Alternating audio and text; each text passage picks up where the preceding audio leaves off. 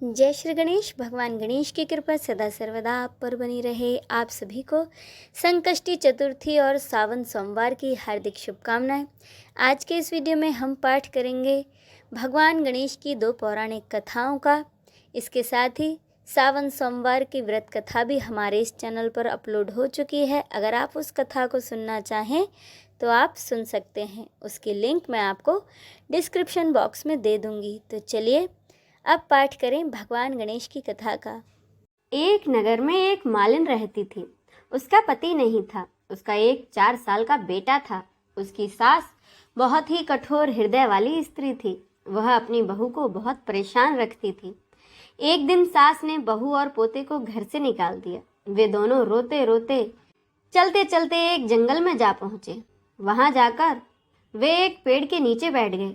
वहां थोड़ी सी दूर पर एक गणेश जी का मंदिर था। वहां बहुत से लोग गणेश जी के दर्शन करने आते थे और उसके बाद गणेश जी को प्रसाद चढ़ाते थे। फिर वही प्रसाद सबको बांटते थे। इस प्रसाद से ही उन माँ बेटे का गुजारा होने लगा। दोनों गणेश जी की पूजा पाठ में लग गए। एक दिन उन्होंने सोचा, क्यों ना हम जंगल से फूल लाकर बेचें।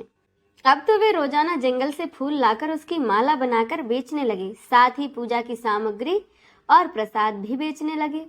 इससे उनको आमदनी होने लगी। गणेश जी की कृपा से उनकी आमदनी बढ़ने लगी। जल्द ही उन्होंने एक मकान और एक दुकान बना ली। एक राजा की लड़की मंदिर में रोजाना पूजा करने आती थी।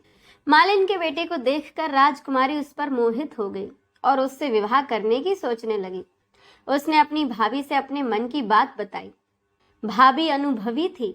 उसने कहा, यह तो एक मालिन का बेटा है और तुम एक राजा की बेटी हो। यदि तुमने उससे विवाह कर लिया तो तुम्हारी बड़ी बदनामी होगी। पर राजकुमारी अपनी बात पर अड़ी रही। उसने कहा, मैंने तो प्रतिज्ञा कर ली है कि अगर विवाह करूंगी तो सिर्फ उसी से करूंगी। भाभी ने घर जाकर सारी बात राजा साहब को बताई। राजा ने भी अपनी बेटी की बात मान ली और वह विवाह के लिए तैयार हो गया। राजा ने बड़े ही धूमधाम से अपनी बेटी की शादी मालिन के बेटे के साथ कर दी। मालिन ने सबसे पहले बहू और बेटे को गणेश जी के मंदिर में ले जाकर पूजा पाठ कराया और गणेश जी का आशीर्वाद दिलवाया। इसके बाद पूरे नगर में यह बात फैल गई कि गणेश जी की पूजा करने से सब दुख और कष्ट दूर हो जाते हैं। यह बात सुनते ही नगर के सभी लोग उस मंदिर में आने लगे। मालिन और उसके बेटे की बिक्री और बढ़ गई। उधर उसकी सास के बुरे दिन आ गए। अन्नदाता उससे रूठ गए और वह भूखी मरने लगी। एक दिन वह रोती धोती उसी गणेश जी के मंदिर में आ पहुंची। वहां वह उस मालिन के बेटे से बोली, मैं भूखी हूँ, मुझे रोटी कपड़ा दे देना। इसके बदले मैं तुम्हारा सारा काम कर दूंगी। लड़के को दया आ गई और उसने उसे काम पर रख लिया। उसने अपनी दादी को नहीं पहचाना। जब मालिन घर आए तो उसने सास को पहचान लिया। वह सास से बोली, सासू जी आप यहाँ कैसे? सास ने पोते की तरफ इशारा करके कहा, मेरी सेठ के यहाँ नौकरी लग गई है। बहू बोली, सासू जी यह आपका पोता है और यह घर भी आप ही का है, यह दुकान भी आपकी ही है। जब आपने हमें घर से निकाला तब गणेश जी ने हमारी रक्षा की। बहू की बातें सुनकर सास बोली, मेरी करनी मैंने भोग ली। बहू बोली, सासू जी अब आप हमारे साथ ही रहो और अपने पोते का सुख देखो। हे गणेश जी महाराज, जैसा सुख आपने मालिन को दिया है वैसा ही सबको देना। अब सुने दूसरी कथा। कथा के अनुसार एक बार भगवान गणेश सुबह सुबह एक खेत में से होकर जा रहे थे तो भगवान गणेश ने उन खेतों में ऐसे ही आनंदवश फसलों में हाथ फिरा दिया। गणेश जी के ऐसा करने से उस फसल के कुछ दाने उनके हाथ में आ गए। अब गणेश जी को पछतावा हुआ और उन्हें लगा कि उन्होंने तो चोरी कर ली।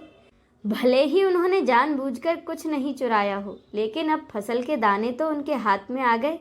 गणेश जी ने वह दाने गिने तो वह 12 थे। अब गणेश जी ने उस खेत के मालिक को खोजा और उन सेठ जी के यहाँ 12 साल की नौकरी पर लग गए। एक दिन सेठानी राख से हाथ धोने लगी तो गणेश जी ने हाथों को पकड़कर मिट्टी से धुलवा दिया। सेठानी ने सेठ से शिकायत की और कहा, देखो नौकर ने मेरा हाथ पकड़ लिया। सेठ जी ने गणेश को बुलाकर पूछा, तुमने सेठानी का हाथ क्यों पकड़ा? गणेश जी बोले, मैं तो बस ये कह रहा था कि राख से हाथ धोने से घर की लक्ष्मी नाराज होकर चली जाती है और मिट्टी से हाथ धोने से आती है। सेठ जी ने सोचा, गणेश ठीक ही कह रहा है। थोड़े दिनों बाद वहाँ कुंभ का मेला लगा। सेठ जी ने कहा, गणेश, सेठानी को कुंभ के मेले में स्नान करा के ले आओ। मेले में सेठानी किनारे पर बैठकर नहा रही थी तो गणेश जी ने उनका हाथ पकड़कर आगे डुबकी लगवा कर ले आए। घर आकर सेठानी ने सेठ से कहा कि गणेश ने तो मेरी इज्जत ही नहीं रखी और इतने सारे आदमियों के बीच मुझे घसीटकर आगे पानी में ले गया। तब सेठ जी ने गणेश जी से पूछा, तुमने ऐसा क्यों किया? गणेश जी ने कहा, सेठानी किनारे पर बैठकर गंदे पानी से नहा रही थी तो मैंने आगे अच्छे पानी में इन्हें डुबकी लगवा कर ले आया। इससे इन्हें अगले जन्म में बहुत बड़े राजा और राजपाट मिलेगा। सेठ जी ने सोचा, गणेश ठीक ही कह रहा है। एक दिन घर में पूजा पाठ हो रही थी, हवन हो रहा था। सेठ जी ने गणेश से कहा कि जाओ सेठानी को बुला कर ले आओ। गणेश सेठानी को बुलाने गए तो सेठानी काली चुनरी ओढ़कर चलने लगी तो गणेश जी ने काली चुनरी फाड़ दी और कहा कि लाल चुनरी ओढ़कर चलो। सेठानी नाराज होकर सो गई। सेठ जी ने आकर पूछा, क्या बात है? तो सेठानी ने कहा, गणेश ने मेरी चुनरी फाड़ दी। सेठ जी ने सुनकर गणेश जी को बुलाकर बहुत डांटा तो गणेश जी ने कहा, पूजा पाठ में काला वस्त्र नहीं पहनते, इसीलिए मैंने लाल वस्त्र के लिए कहा था। काला वस्त्र पहनने से कोई भी शुभ काम सफल नहीं होता। फिर सेठ जी ने सोचा, गणेश है तो समझदार। एक दिन सेठ जी पूजा करने लगे तो पंडित जी ने कहा कि वो गणेश जी की मूर्ति लाना भूल गए, अब क्या करें? तो गणेश जी ने कहा, मुझे ही मूर्ति बनाकर विराजमान कर लो, आपके सारे काम सफल हो जाएंगे। यह बात सुनकर सेठ जी को बहुत गुस्सा आया और सेठ जी बोले, अब तक तो तुम सेठानी से ही मजाक करते थे, अब मुझसे भी करने लग गए। तो गणेश जी ने कहा, मैं मजाक नहीं कर रहा हूँ, मैं तो सच बात कह रहा हूँ। इतने में ही नौकर गणेश ने भगवान गणेश का रूप धारण कर लिया और सेठ सेठानी ने गणेश जी की पूजा की। पूजा खत्म होते ही भगवान गणेश वहाँ से अंतर्धान हो गए। सेठ सेठानी को बहुत ही दुख हुआ और उन्होंने कहा, हाय, हमारे पास तो भगवान रहते थे और हमने उनसे इतना काम कराया। उस दिन भगवान गणेश ने सेठ के सपने में आकर कहा कि मैंने आपके खेत से 12 दाने अनाज के तोड़ लिए थे, उसी का दोष उतारने के लिए मैंने आपके यहाँ काम किया था। सुबह उठकर सेठ जी ने देखा तो उनकी करोड़ों की माया हो गई। हे गणेश जी महाराज, जैसा सेठ जी को दिया है वैसा ही सबको देना, कहते को, सुनते को और सारे परिवार को देना। इसी के साथ यह कथा संपूर्ण होती है। बोलिए गौरी नंदन भगवान श्री गणेश की जय, माता पार्वती की जय। हर हर महादेव।